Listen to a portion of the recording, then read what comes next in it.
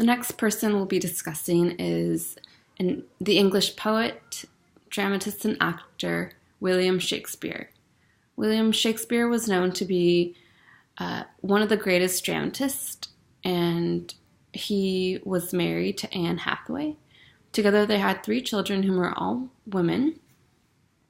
His career started off in producing plays, and when he became an active and important member of the Lord Chamberlain's Company of Players, he started producing a lot of plays for the company, and later on started to build his own company, for which he produced and displayed his own plays.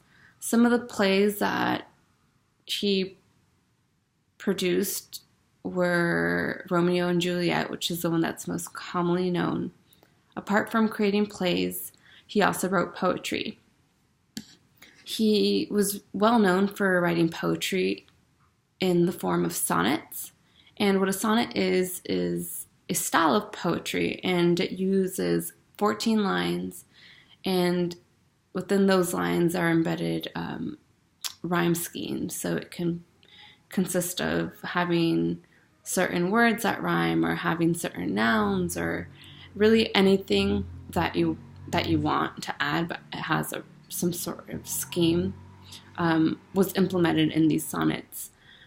A sonnet that William Shakespeare published was called Sonnet 20, and it was published in 1609, and it's listed here on the right-hand side.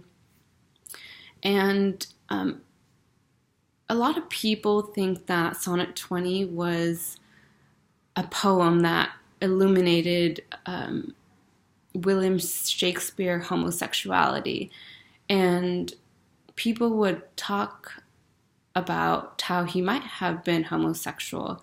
When he was producing a lot of plays for the Chamberlain Company of Players and off producing his own works, he really did spend a lot of time away from his wife and his family. So I started reading it at first, and something was off. I didn't really know what. It kind of confused me around like the 5th line of the poem. And I went to see what other people's interpretation of this poem was. And in my references, you can see ShakespeareOnline.com has their own paraphrasing of it, which talks about how they also think that the poem illuminates William Shakespeare's homosexuality. In the beginning of the poem, it really highlights, the soft-spoken beautifulness of a woman. It talks about the woman's face. It talks about the woman's gentle heart.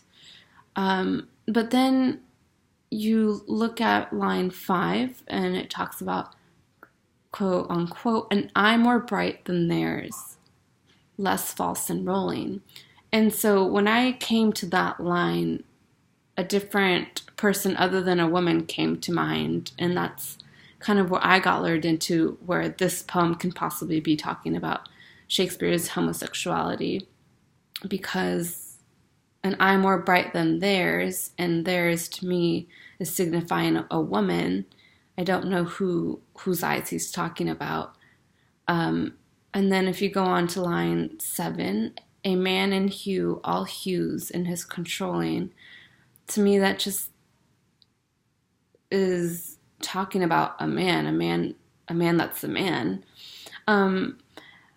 But in all, whether he's exposing his homosexuality or not, I think it's a very more gentler form of erotica, and I don't think that we should disregard this type of erotica.